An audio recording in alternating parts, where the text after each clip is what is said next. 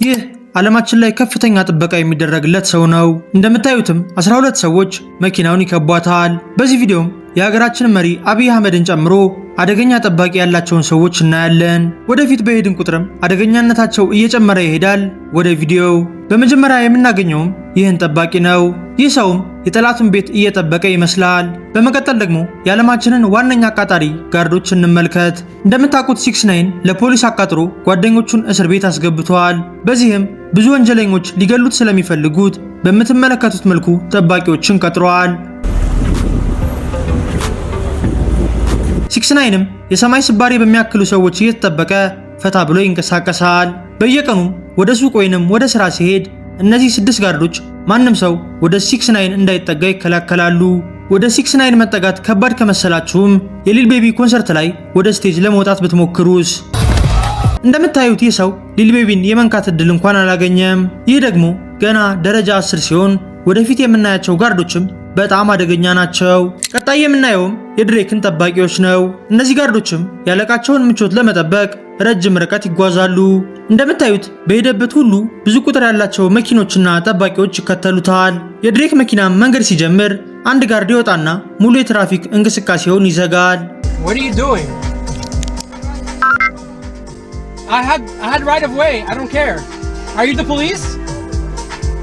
No, I just have your license plates and I'll just report you. No problem. No, you don't. Good job, take it. እነዚህ ጋርዶቹን አስገራሚ የሚያደርጋቸው ግን ይህ ብቻ ሳይሆን ድሬክን ከፓፓራዚ የሚጠብቁበት መንገድ ነው።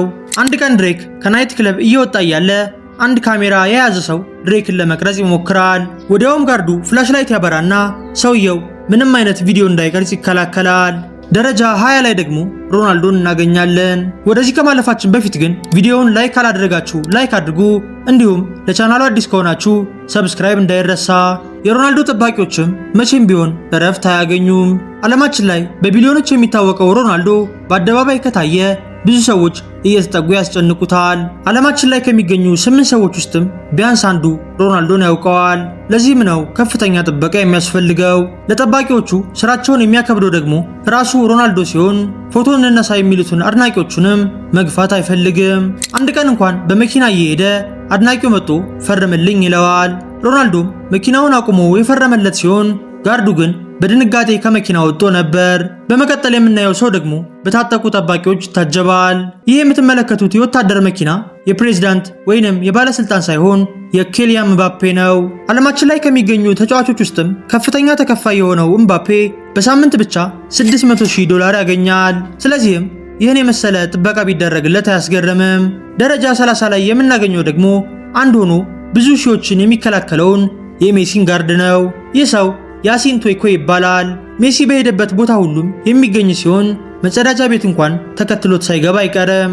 ሜሲ በሚጫወትበትና ትሬኒንግ በሚያደርግበት ጊዜም እንደ ዳኛ ዳር ላይ ሆኖ የሚጠብቀው ሲሆን ሜሲ ጋር ፎቶ ለመነሳት መሞከር ማለትም መጥፎ ሐሳብ ነው።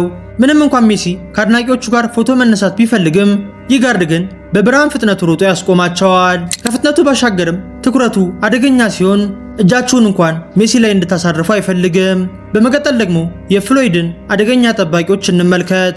ይህ ሰው በቦክስ ህይወቱ ተሸንፎ የማያውቅ ሲሆን በአደባባይ ሲወጣም ግባብዳ ጋርዶች ያጅቡታል።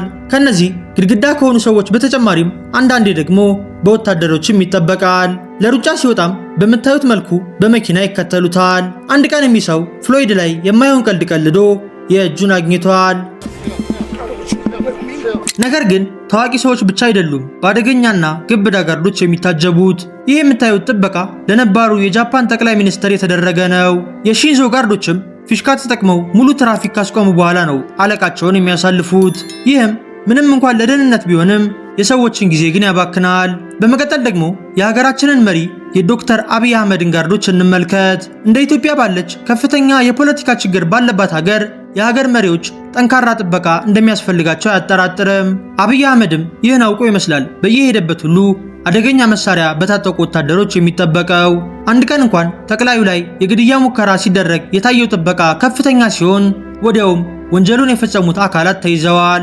አብይ አህመድም ከፍተኛ ጥበቃ የሚፈልገው ሀገሩ ላይ ሲንቀሳቀስ ነው እንጂ ሌሎች ሀገራት ላይ ሲሄድ ከአንድ በላይ ጋርድ አያጅበውም። ይህም የሚያሳየው ሀገሪቷ ውስጥ ብዙ ጠላቶች እንዳሉት ነው። ደረጃ 50 ላይ ደግሞ የህንዱን ሚኒስተር ሞዲን እናገኛለን። ከ1.4 ቢሊዮን በላይ ህዝብ ያላት ሀገርን ስትመሩም ቢያንስ አንድ ሊያጠቃችሁ የሚፈልግ ሰው ስለማይጠፋ ይህን የመሰለ ጥበቃ ያስፈልጋቸዋል። በእጃቸው የያዙት ነገር ደግሞ ቦርሳ ሊመስላችሁ ይችላል። ነገር ግን ይህ ዕቃ በአደጋ ጊዜ የሚዘረጋ ጋሻ ነው። ይህ ጋሻም ጥይት የማይበሳው ሲሆን የህንድ መሪም በዚህ መልኩ ራሱን ያስጠብቃል። በመቀጠል የምናየው ጥበቃ ደግሞ ፊልም ላይ ያለ ሊመስላችሁ ይችላል። ነገር ግን ይህ ሁሉ ጋርድ የመጣው የአሜሪካውን ፕሬዝዳንት ዶናልድ ትራምፕን ለማጀብ ነው።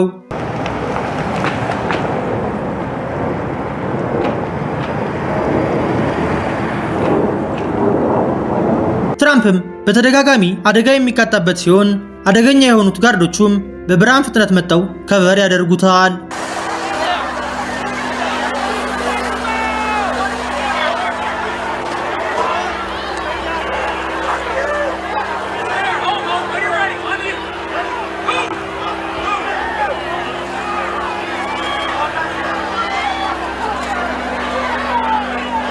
መንገድ ላይ ወክ ሲያደርግም ሙሉ መኪና ቆሞ ነው ትራምፕን የሚያሳልፈው። ይህ የምታዩት ጋርድም እጁ የራሱ አይደለም።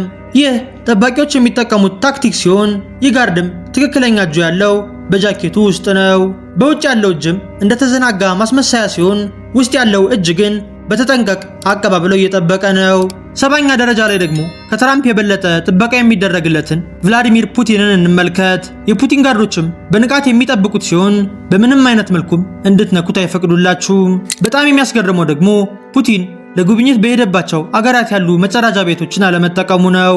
መጸዳዳት ሲፈልግም የግሉ በሆነ ቦታ ላይ ይጸዳዳና ጽዳጁ በቦርሳ ተደርጎ ወደ ሀገሩ ይመለሳል። ይህ የሚደረገውም ጠላት ሀገራት የፑቲንን ጽዳጅ ተጠቅመው የጤና ሁኔታውን እንዳያጋልጡ፣ የሚጠቀማቸውን መድኃኒቶች እንዳያውቁ፣ እንዲሁም የመሪው የህይወት ቆይታ እንዳይገመት ነው። የኖርዝ ኮሪያው ፕሬዝዳንትም በተመሳሳይ ጽዳጁን በቦርሳ ይዞ ነው ወደ ሀገሩ የሚመለሰው። የሀገራችን መሪም ከዚህ ተሞክሮ ወስዶ ጽዳጁን ይዞ ቢመለስ ለሱና ለሀገራችን ደህንነት ጥሩ ይመስላል። እዚህ ነገር ላይ ያላችሁን ሐሳብ ኮሜንት ላይ ጻፉልኝ። በመቀጠል የምናየው ደግሞ የቱርኩ ፕሬዝዳንት የሚደረግለትን የተደራጀ ጥበቃ ነው። እንደምታዩትም በሰማይ ሄሊኮፕተር፣ በምድር ደግሞ ጥይት የማይበሳቸው መኪኖች መሪያቸውን ይጠብቃሉ። ይቺ ባስም ፕሬዝዳንቱ የሚቀመጥባት ስትሆን ሙሉ ለሙሉ ቡሌት ፕሩፍ ናት። አንዳንዴም አደጋ ሲፈጠር ሙሉ የሀገሪቱ ወታደሮች ወጥተው መሪያቸውን ይጠብቃሉ። የመሪው ቤት ጣራ ላይ ደግሞ አርፒጂ የታጠቁ ወታደሮች ለ24 ሰዓት ይጠብቁታል። ይህ ሁሉ ጥበቃ ግን ቀጣይ ከምናየው ጋር አይወዳደርም። ደረጃ 90 ላይ የምናገኛቸው የቻይናው መሪ ጋርዶች በቁጥር የሚወዳደራቸው የለም። በየጊዜው ወታደሮቿን በማሳየት የምትታወቋ ቻይና ይህን የምታደርገው ለመሪዋ ክብር ለመስጠት ሲሆን የቻይናው ፕሬዝዳንትም ከ2 ሚሊዮን በላይ በሆኑት የሀገሪቷ ወታደሮች ይወደዳል። እዚህ መሪ ጋርም ተጋጫችሁ ማለት 2 ሚሊዮን የታጠቀ ወታደር ጋር ጸብ ውስጥ መግባት ነው።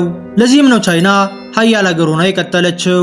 ነገር ግን ቀጣይ ከምናያት ሀገር የበለጠ ሀያል ሀገር ዓለማችን ላይ የለም። ይህ ሰው ዓለማችን ላይ ከፍተኛ ጥበቃ ከሚደረግላቸው ሰዎች ውስጥ በዋነኝነት ይጠቀሳል።